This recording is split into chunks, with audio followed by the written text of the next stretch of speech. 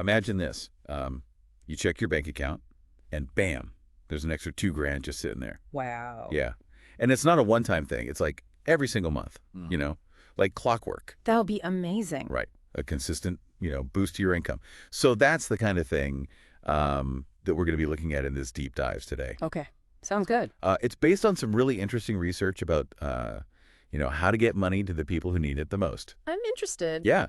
And it's all about like a fundamentally different approach than those stimulus checks, a few years back. Okay. I mean, everybody got those, right? Yeah. Yeah. Most people, I think. Right. This is more targeted, more focused on how to really get that money where it's needed the most. Interesting.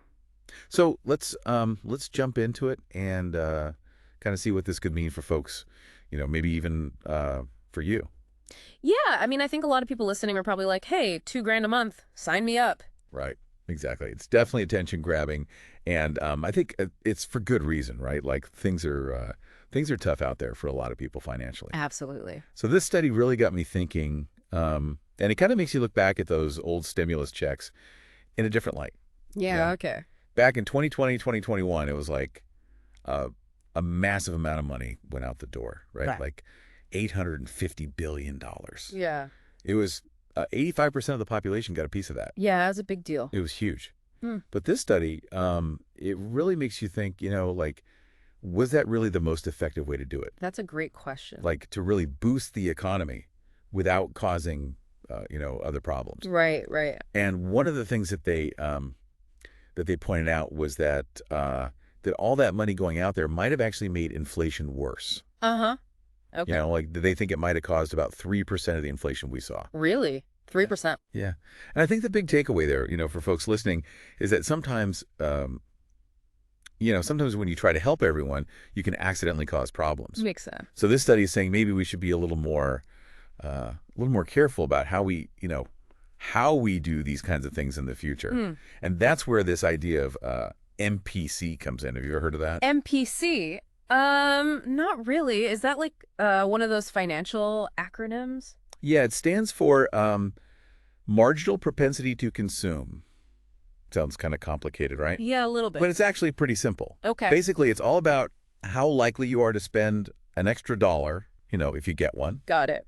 And the study says that people with lower incomes, they have a high MPC, Okay. meaning they're more likely to spend that extra dollar. So if they get extra money, they're going to spend it. Exactly. Yeah. And people with higher incomes, they tend to have a low MPC. So they might just save it. Right. Or invest it or pay off debt, Yeah. which isn't necessarily bad. Yeah.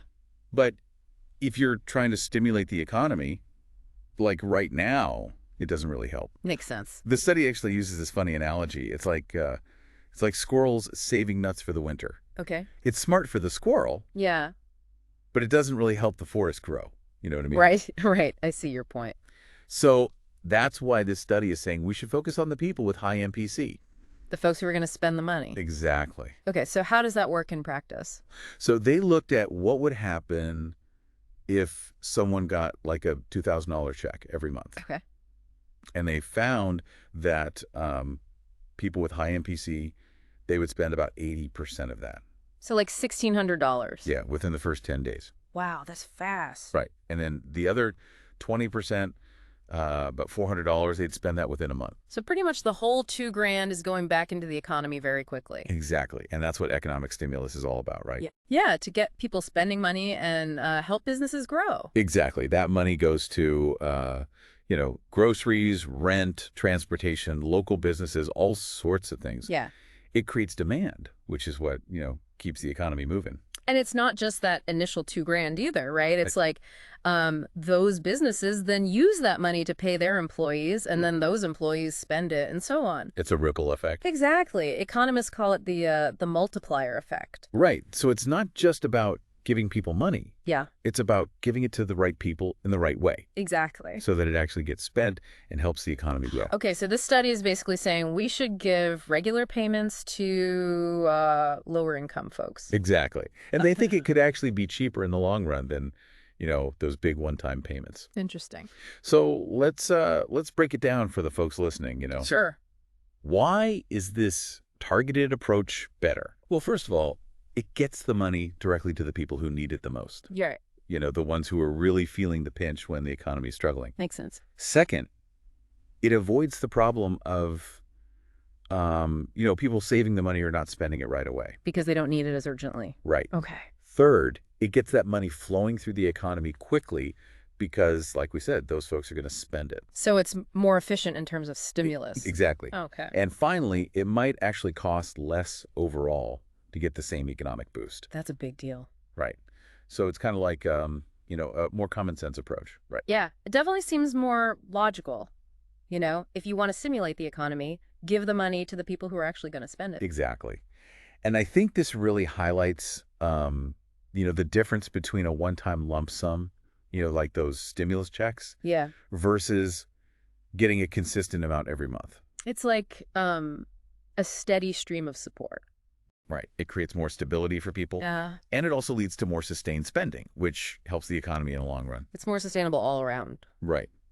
And remember how we were talking about inflation earlier? Yeah. I've had, pretty high inflation the past few years, right? Mm-hmm. It peaked at like 9.1% in 2022. That's high. Yeah. And even now in 2025, it's still, it's still elevated. Right. And this study, it doesn't blame all the inflation on those stimulus checks, but it does suggest that they might have played a role. Oh, okay. Because it was just so much money going out there all at once. Yeah.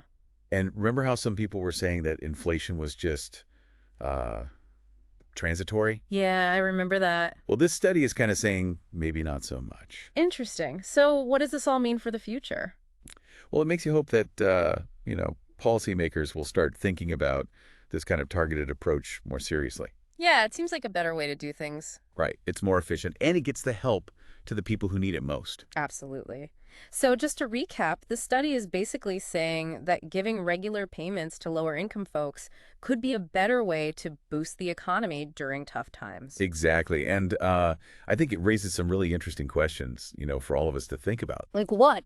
Well, like, what would happen if we actually started doing this, on a large scale? How would it affect different communities? Yeah. What would it mean for the overall economy in the long term? Right. And how do we make sure that it's fair? Yeah, that's important. And everyone benefits, not just a select few. Equity is key. Right. So there's a lot to consider here, and I think this study really, it really gives us a lot to think about. I agree. Food for thought for sure. Exactly. Definitely. All right, well, that's all the time we have for today. Thanks for having me. This is a great conversation. Yeah, I enjoyed it too. And thanks to everyone for listening. Until next time. See you later.